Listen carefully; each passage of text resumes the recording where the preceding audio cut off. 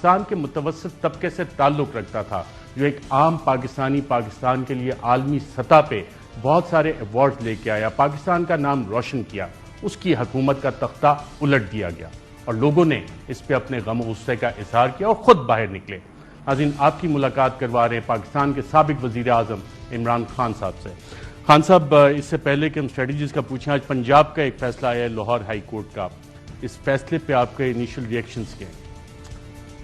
Initial reaction تو یہ ہے کہ فیصلہ تو ٹھیک آیا۔ ہم تو بڑی دیر سے کہہ رہے تھے کہ یہ سارا کچھ اللیگل ہوا ہے، یہ جس طرح سارا پنجاب کا جو سیٹ اپ تھا، جو لوٹے کروائے گئے، اور پھر مجھے افسوس صرف یہ کہ اتنی دیر لگی اس فیصلے کو، ایک دم پہلے تو فیصلے بڑی جلدی ہو جاتے تھے ہائی کورٹ میں، یہ بڑی دیر لگی، اور اس سے میرے خیال میں کہ کوئی یہ جو ملک میں افراتفری اور کیوس ہے، بحران ہے، یہ کم نہیں اب ہوگا، یہ بڑھتا ہی جائے گا، اور اس کا حل ابھی بھی ایک ہی ہے کہ فری اینڈ فیئر الیکشنز کروا دیں، کیونکہ میں سمجھ رہا ہوں کہ یہ جو اب لوٹے جو ہوئے ان کو پہلے تو ڈسکوالیفائی کیا گیا، اور جب جیسے ڈسکوالیفائی ہوئے تو یہ گورنمنٹ کا جو الیکشن ہوا تھا، وہ عدالت نے یہ کہا کہ جو انہوں نے قانون کی انٹرپریٹیشن کی کہ ان انٹرپریٹیشن میں لوٹا ووٹ نہیں ڈال سکتا، تو اس کے لیے جیسے وہ کیا تو اس کا مطلب ان کا الیکشن ناجائز تھا، کیونکہ انہوں نے لوٹوں سے ووٹس لی تھی۔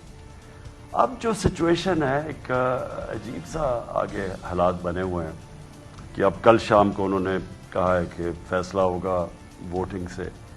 ہم تو خیر سپریم کورٹ میں جا رہے ہیں اس کے اوپر، لیکن میں پھر بھی سمجھتا ہوں کہ جو بھی اب کریں گے، جو بھی سیناریو ہوتا رہے گا، جو ملک میں کیوس اور بحران ہی بڑھتا ہی جائے گا۔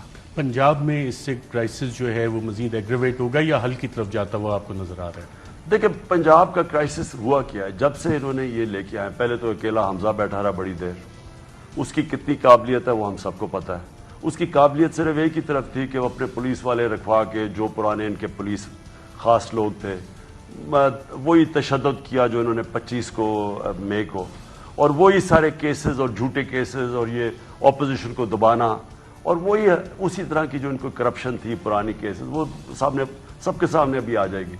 تو جو ملک کے لیے گورننس دینی تھی، اور پنجاب 60% پاکستان ہے، وہ گورننس کا تو نام و نشان ہی نہیں ہے، اور تو اور چھوڑیں، مجھے تو یہ بڑا گندم کا آٹے کا آگے کرائسس نظر آ رہا ہے۔ انہوں نے پروکیور ہی نہیں کیا، جو اسی سارے افراتفری میں جو گندم پروکیور کرنی تھی پنجاب نے، وہ انہوں نے ٹارگٹ سے نہیں میٹ کیا۔ عمران خان صاحب، بہت سے لوگ یہ کہتے ہیں کہ آپ کے پاس شاید ابھی اسٹریٹجی نہیں ہے، اور لوگ تو خود نکلے، لوگ اب آگے اور تحریک انصاف پیچھے ہے، اب آپ کی آگے اسٹریٹجی کیا ہے؟ جو لوگوں کا غم و غصہ ہے اسے آپ کیسے چینلائز کریں گے؟ کیا آگے کا وے فارورڈ ہے آپ کے پاس؟ دیکھیں ارشد، دو راستے ہیں، یا تو ہم کیوس کی طرف چلے جائیں اور اس ملک میں توڑ پھوڑ کی طرف چلے جائیں۔ میں کیوں جب ہم نے صبح جب پہنچے اسلام آباد میں، تو ہم نے کیوں فیصلہ کیا کہ ہم دھرنا نہیں دیں گے؟ کیونکہ مجھے نظر آ گیا تھا کہ آگے اب خون ہونا ہے، یعنی وہ پوری جو ان کی ابھی تک جو پولیس کی حرکتیں تھیں، لوگ اتنے غصے میں آ گئے تھے اس سے کہ وہ اگلے دن ریئیکٹ کرنا تھا لوگوں نے، اور پولیس پہلے یہ جو انہوں نے پلان کیا ہوا تھا کہ ایسا تشدد کرو، جس طرح ماڈل ٹاؤن میں انہوں نے وہ عوامی طاہر القادری کی پارٹی عوامی لیگ سے، عوامی تحریک سے کیا تھا، ان کو خوف پھیلانا تھا کہ اتنا خوف پھیلا دو کہ لوگ ڈر جائیں۔ انہوں نے ریئلائز نہیں کیا کہ لوگوں کا غصہ بڑھ گیا، بلکہ شام کو وہ کراؤڈ جب فیملیز پہ انہوں نے وہ ٹیئر گیسنگ کی، تو وہ لوگ واپس آتے رہے، وہ گئے نہیں، وہ واپس آتے رہے۔ تو مجھے پتا تھا کہ اس دن شام کو خون خرابہ ہونا ہے اور توڑ پھوڑ ہونی ہے، تو میں نے اسی لیے فیصلہ کیا کہ ہم اپنے ملک کو بچائیں۔ ابھی بھی ہم اپنے ملک کو بچانے کے لیے پرامن احتجاج کی طرف جا رہے ہیں۔ میں نے جو انشاءاللہ جو ہمارا پرسوں سیٹرڈے کی شام کو جو ہم نے ایک پرامن احتجاج کی ایک جلسہ کیا اسلام آباد میں، اور بڑے شہروں میں بھی ہم نے لوگوں کو کہا کہ وہ پرامن احتجاج کریں۔ یہ جو غصہ ہے عوام کا، جو مہنگائی، خاص طور پہ لوڈ شیڈنگ اس گرمی میں جو لوگ تنگ ہیں، ہم نے بجائے ان کو کہیں کہ وہ اپنے ملک کو نقصان پہنچائیں، پرامن احتجاج کریں، جو ایک ہی جمہوری طریقہ ہوتا ہے پریشر ڈالنے کا۔ خان صاحب، سیاسی اسٹریٹجی آپ کے پاس اس حوالے سے کیا ہے؟ جو حکومت ایک غیر فطری حکومتی اتحاد جو بیٹھا ہوا ہے، کولیشن پارٹنرز، ان سے بھی آپ بات چیت کر رہے ہیں؟ آپ کے پاس اس وقت پاکستان مسلم لیگ کا جو کہ آدھی سپلٹ ہوئی ہے، ان سے بھی کوئی بات چیت کریں؟ سیاسی اسٹریٹجی ہے یا صرف جلد سے ہی چلیں گے اور آپ عوام کا غصہ ہے اسے صرف چینلائز کریں، کیتھارسس کا موقع دے رہے ہیں؟ دیکھیں، سیاسی اسٹریٹجی تو ہے ایک، وہ ہم بیہائنڈ دا کلوز ڈورز یہ اتحادی جو ہمارے پرانے تھے ان سے بات کریں، وہ بھی بڑے اب تنگ ہیں. ان کو اس سے نہیں تنگ کہ جو ان کو وعدے کیے گئے تھے یا جو ٹیلی فون کالز کی گئی تھیں ان کو، وہ اب ان کو خیر وہ تو خود ہی انہوں نے اسمبلی میں بتا دیا کہ کس طرح کا پریشر کیا گیا ان کے اوپر. وہ تو ہے ہماری بات چیت ان سے، یعنی پرانے اتحادیوں سے چل رہے ہیں. یعنی ہمارے کئی لوگ ہیں جو ان سے بات چیت کر رہے ہیں، اور وہ ہمیں پتہ ہے کہ اندر سے بڑے خوش نہیں ہیں اور وہ یہ بھی اندر سے آواز یہ آ رہی ہے کہ وہ ان کی وجہ سے نہیں وہاں بیٹھے ہوئے، وہ کسی اور کی وجہ سے وہ ان کے ساتھ بیٹھے ہوئے ہیں. لیکن دیکھیں، جو اصل ایشو ہے نا ارشد، جدھر یہ پاکستان کو لے کے جا رہے ہیں، مجھے خوف آ رہا ہے کہ یہ پاکستان کو اب ادھر لے کے جا رہے ہیں جدھر ہمیں یہ اتنا کمزور کر دیں گے اس ملک کو کہ مجبور ہو جائے گا پاکستان جو بیرونی ایجنڈا. دیکھیں، دو ایجنڈے تھے نا ہمیں ہٹانے کے، دو ایجنڈے تھے. ایک بیرونی ایجنڈا تھا امریکہ کا، وہ چاہتے تھے کہ ایک وہ حکومت آئے جو کہ ہمیشہ پاکستان امریکہ کی غلامی کرتی رہی ہے، جو وہ حکم ملتا تھا یہاں کر دیتے تھے، سوائے ذوالفقار علی بھٹو کا تھوڑا سا وقت تھا. لیکن بیسکلی تو ہم ان کے کیمپ میں تھے، جو ہمیں وہ کہتے تھے ہم کرتے تھے، جس میں وار آن ٹیرر تھی. ہم نے ان کے دھمکی کے ایک دھمکی آئی اور ہم نے 80,000 لوگ بھی مروا دیے اس میں اور تباہی کی اپنے ملک کی. تو ان کا تو یہ تھا کہ جو وہ پاکستان سے ڈیمانڈ کریں پاکستان ہاں کرے، یعنی بیسز چاہتے ہیں پاکستان مانے. روس اگر وہ کہتے ہیں نہ جاؤ تو اگر لوگوں کو فائدہ بھی ہے لیکن ہمیں نہ جانا چاہیے. اگر ہندوستان ان کا ایلائی بھی ہے تو ہندوستان سب کچھ کرتا ہے روس سے اپنی عوام کے فائدے کے لیے، سستا تیل بھی لے لیتا ہے اور ہتھیار بھی لیتا ہے، لیکن پاکستان کو اجازت نہیں تھی. یعنی صحیح معنی میں ہم ان کی غلامی کر رہے تھے. تو جب تک ہم ان کی غلامی کرتے رہے ہم ٹھیک تھے. تو وہ واپس چاہتے تھے کہ جو میری کوشش تھی کہ اینٹی امریکن نہیں، آزاد فارن پالیسی، وہ میری جو کوشش تھی وہ واپس لے گئے ہیں اب وہ غلامی والی پالیسی پہ. تو ان کا تو یہ ایجنڈا تھا. دوسری طرف یہ جو ہمارے چور 30 سال سے ملک کو لوٹ رہے تھے، ان کا ایک اپنا ایجنڈا تھا کہ کسی طرح ہم آ جائیں اوپر واپس. اور ایک ہی ان کا ایجنڈا تھا کہ اپنے کیسز ختم کروائیں، NRO2 لیں اور پھر سے پہلے مشرف نے ان کو کیسز سارے ختم کیے اور جو انہوں نے 10 سال 11 سال پہلے چوری کی تھی وہ سارے معاف کیے. اس کے بعد کلین سلیٹ ہوئی، انہوں نے 10 سال پھر چوری کی. اب یہ چاہ رہے تھے کہ وہ جو 10 سال کی چوری کے کیسز وہ معاف کیے جائیں، جو کہ 1100 ارب روپیہ ہے. ان کا یہ بڑا کلیئر ایجنڈا تھا. اور اس کے بعد اوپر بیٹھ کے سارے وہ حربے استعمال کریں کہ کسی نہ کسی طرح ہم اوپر بیٹھے رہیں، الیکشنز ریگ کریں، ہمارے اگینسٹ کیسز بنائیں، سب کے اوپر FIRs کریں، میڈیا کے اوپر پورا پریس کریں، یعنی میڈیا کو کرش کریں کہ کوئی ان کے خلاف کھڑا نہ ہو، جس کو یا خریدو اور یا پھر اس کو کرش کرو. تو ان کا تو ایجنڈا بڑا کلیئر ہے. لیکن پاکستان کدھر جا رہا ہے؟ اور میں اس لیے اپنے نیوٹرلز کے اوپر حیران ہوں کہ کیا ان کو نظر نہیں آ رہا ہم کدھر جا رہے ہیں؟ کہ ایک ملک جو ساری پاکستان اکنامک سروے کے اندر واضح لکھا ہوا ہے کہ ہمارا انڈیکیٹر پازیٹیو تھا. مشکل وقت پہ کرونا تھا، پھر یہ جو انٹرنیشنل کموڈیٹی کرائسس، پھر یوکرین کا کرائسس، اس سارے وقت میں ایک گورنمنٹ اس ملک کو لے کے جا رہی تھی اور دنیا اکنالج کرتی ہے کہ مشکل بران پاکستان نے وہ پالیسیز اختیار کی کہ جو ساری دنیا مانتی ہے. کرونا کیوں، اصل تو کرونا اور آفٹر کرونا کے ایفیکٹس تھے نا، تو اس میں ہم جس طرح نکلے ہیں اور وہ سارے جو پاکستان اکنامک سروے یہ صاف ثبوت دیتا ہے کہ ہر انڈیکیٹر ہمارا پازیٹیو تھا. ادھر جا کے گورنمنٹ انہوں نے گرائی، اور گرائی کیسے کہ پہلے پولیٹیکل انسٹیبلٹی کی. میں نے نیوٹرلز کو بتایا اور شوکت طری نے بتایا کہ جب یہ اس وقت آپ نے ڈی سٹیبلائز کیا ہے، یہ نہیں سنبھال سکیں گے اکانومی. جیسی پولیٹیکل انسٹیبلٹی آئی اکنامک انسٹیبلٹی آ جائے گی. عمران خان صاحب، آپ نے یہ ساری باتیں NRO-2 کا بھی آپ نے ذکر کیا. جب آپ وزیر اعظم تھے اس وقت بھی آپ کہتے تھے میں NRO نہیں دوں گا. اس وقت بھی آپ کو کہا جا رہا تھا کہ ان کو NRO دیا جائے, ان کے کیسز معاف کر دیے جائیں, اور اب کیا NRO-2 باقاعدہ نیب میں جو ترامیم کی گئی ہیں امپلیمنٹ ہو گیا؟ دیکھیں نا اب میں نے تو سنا ہے کہ وہ احسن اقبال پہنچ گئے تھے کہ جی میرے وہ جو نارووال میں نے وہ اسٹیڈیم پہ پتہ نہیں کتنا پیسہ لگایا, مجھے اسے چھوٹ دے. یعنی اب وہ اپنے کیس ختم کروانے کے لیے عدالتوں میں جانا شروع ہو گئے ہیں. یہ پہلا تو ہو گیا کیس. دیکھیں ارشد, دیکھیں جو میں اگر ساری چیزیں چھوڑیں, پالیٹکس بھی چھوڑیں, اس وقت صرف پاکستان کا سوچیں. یہ جب ان کو NRO-2 مل گیا اور اس کے جب حالانکہ ہم نے سپریم کورٹ میں چیلنج کیا ہوا ہے, اور میں یہ امید رکھتا ہوں کہ سپریم کورٹ اس ملک کو بچائے گا تباہی سے, کیونکہ NRO-2 جو ہے وہ یہ نہیں کہ ان کے 1100 ارب روپیہ معاف ہو جائے گا, وہ یہ ہے کہ آگے سے پاکستان کے لیے وائٹ کالر کرائم پکڑنا ناممکن ہو جائے گا. انہوں نے اس میں ایسی ایسی ترمیم کر دی ہیں کہ آپ جو وائٹ کالر کرائم کے عوام کے لیے مطلب یہ ہے کہ جو طاقتور لوگ چوری کرتے ہیں, جس کو وائٹ کالر, ایک تو ہوتا ہے نا بھینس چوری, گاڑی چوری, یہ چھوٹے چور ہوتے ہیں, ان سے کبھی ملک تباہ نہیں ہوا. جو ہمارے نبی صلی اللہ علیہ وسلم نے کہا تھا کہ وہ قومیں تباہ ہوتی ہیں جو چھوٹے چور کو پکڑتی لیکن بڑے طاقتور کو نہیں پکڑ سکتی, کیونکہ طاقتور کی چوری ملک کو تباہ کرتی ہے. اب انہوں نے طاقتور کی چوری کو لائسنس دے دیا ہے.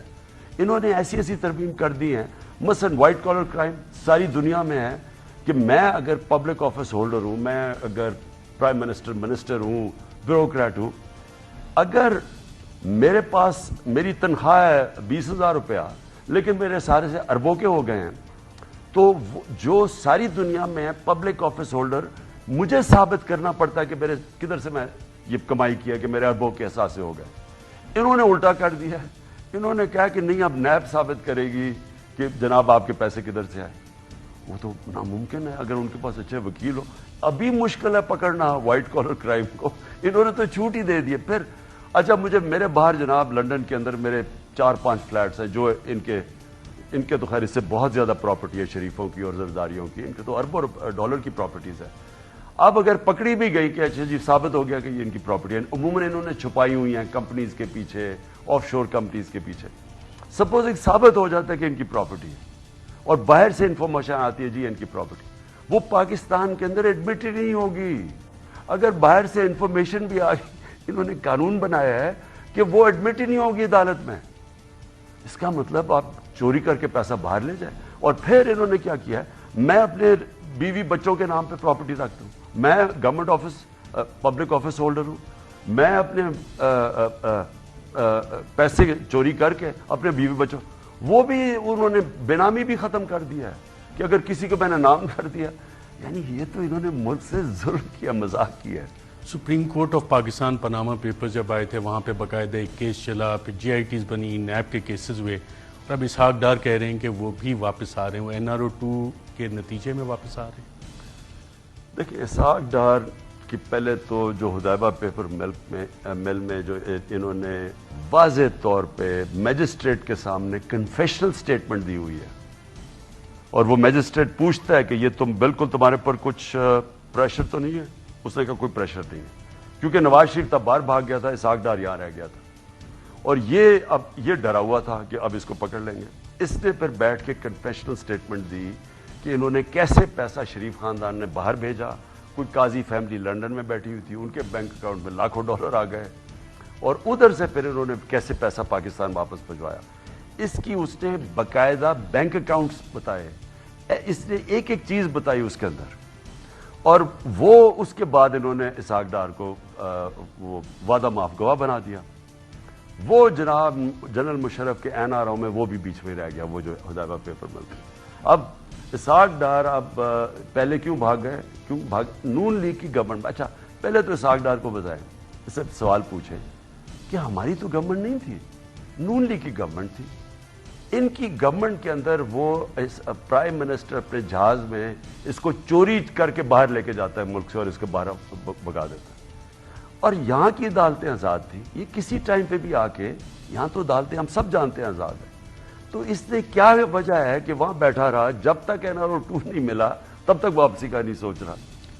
ایک طرف غیر فطری حکومتی اتحاد کو بقول آپ کے NRO2 دیا جا رہا ہے، دے دیا گیا ہے، آپ کی جماعت کے ساتھ کیا ہو رہا ہے؟ کیا آپ کی جماعت PTI کو توڑنے کی کوششیں بھی ہو رہی ہیں؟ میں نے کبھی دیکھیں، میں نے جنرل مشرف کے مارشل لا ہی تھا، وہ بھی میں نے تو وہ دور دیکھا ہوا ہے، اور انہوں نے ان کی وجہ سے میں نے 8 یا 7 یا 8 دن جیل میں بھی گزارے ہیں، تو مجھے تو پتہ ہے کہ وہ کیا دور تھا۔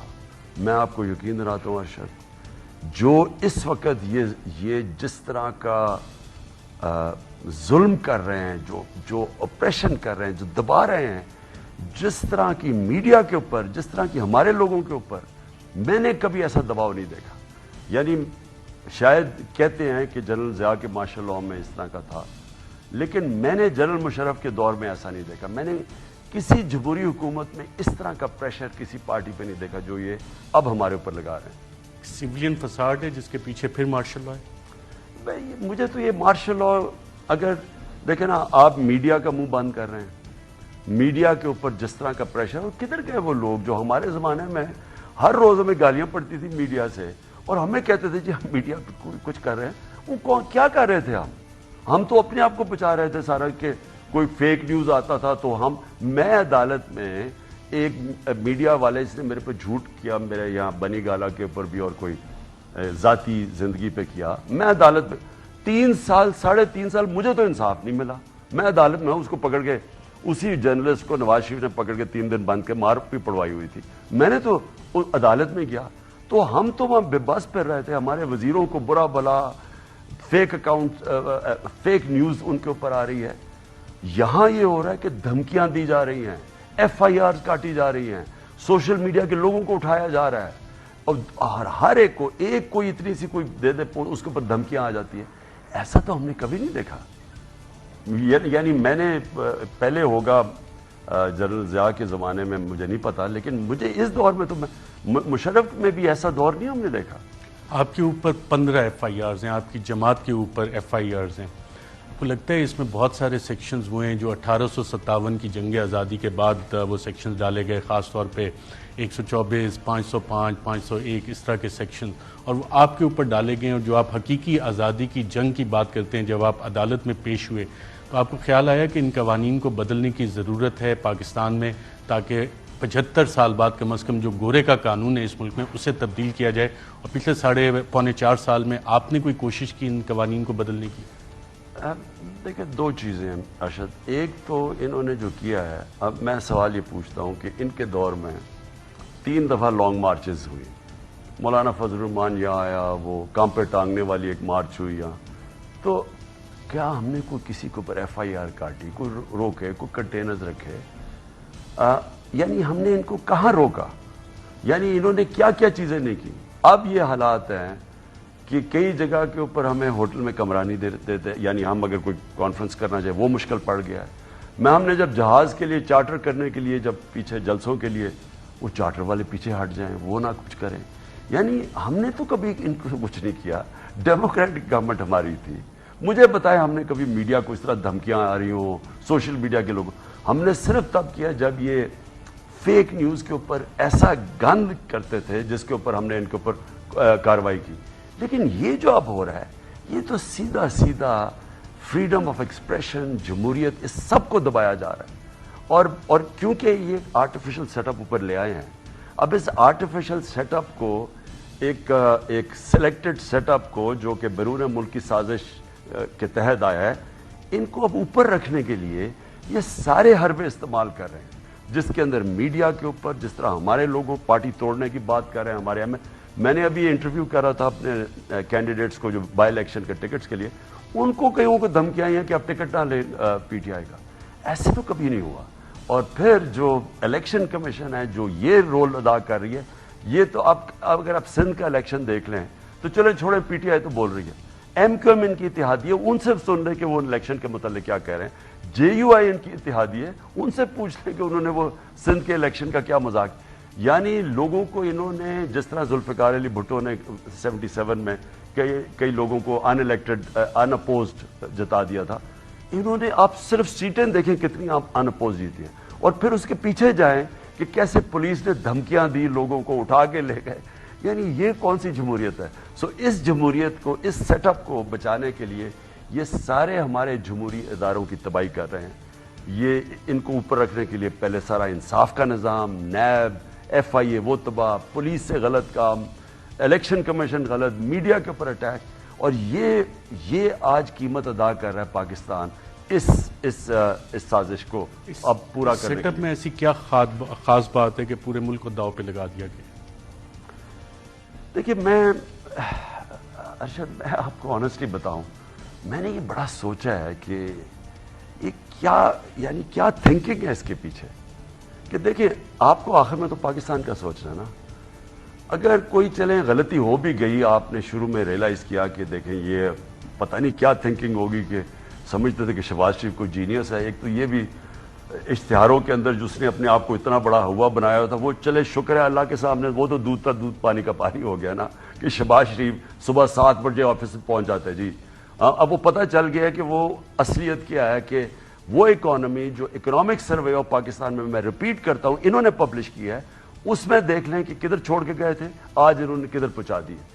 لیکن میں یہ سوچ رہا تھا کہ جو اس ملک میں اپنے آپ کو نیوٹرل کہتے ہیں، آخر میں تو لوگ سوال ان سے پوچھیں گے کہ پاور تو سب کو پتا ہے کہ کدھر ہے، تو وہ جو پاور بیٹھی ہیں ان کے اوپر کوئی ذمہ داری نہیں ہے کہ دیکھ رہے ہیں اگر یہ ملک جا رہا ہے۔ دیکھیں میں آپ کو بتاؤں، میرا سب سے بڑا خدشہ یہ ہے کہ یہ میں نے شروع میں بات کی، اتنا ہمیں کمزور کر دیں گے اکنامکلی، ہمیں ادھر لے کے جا رہے ہیں۔ میں نے پہلے بات کی بڑا شور جی عمران خان نے غداری کر دی کچھ، میں نے پہلے بھی یہ کہا کہ ہم نے اپنے سامنے سوویت یونین کو ٹوٹتے دیکھا۔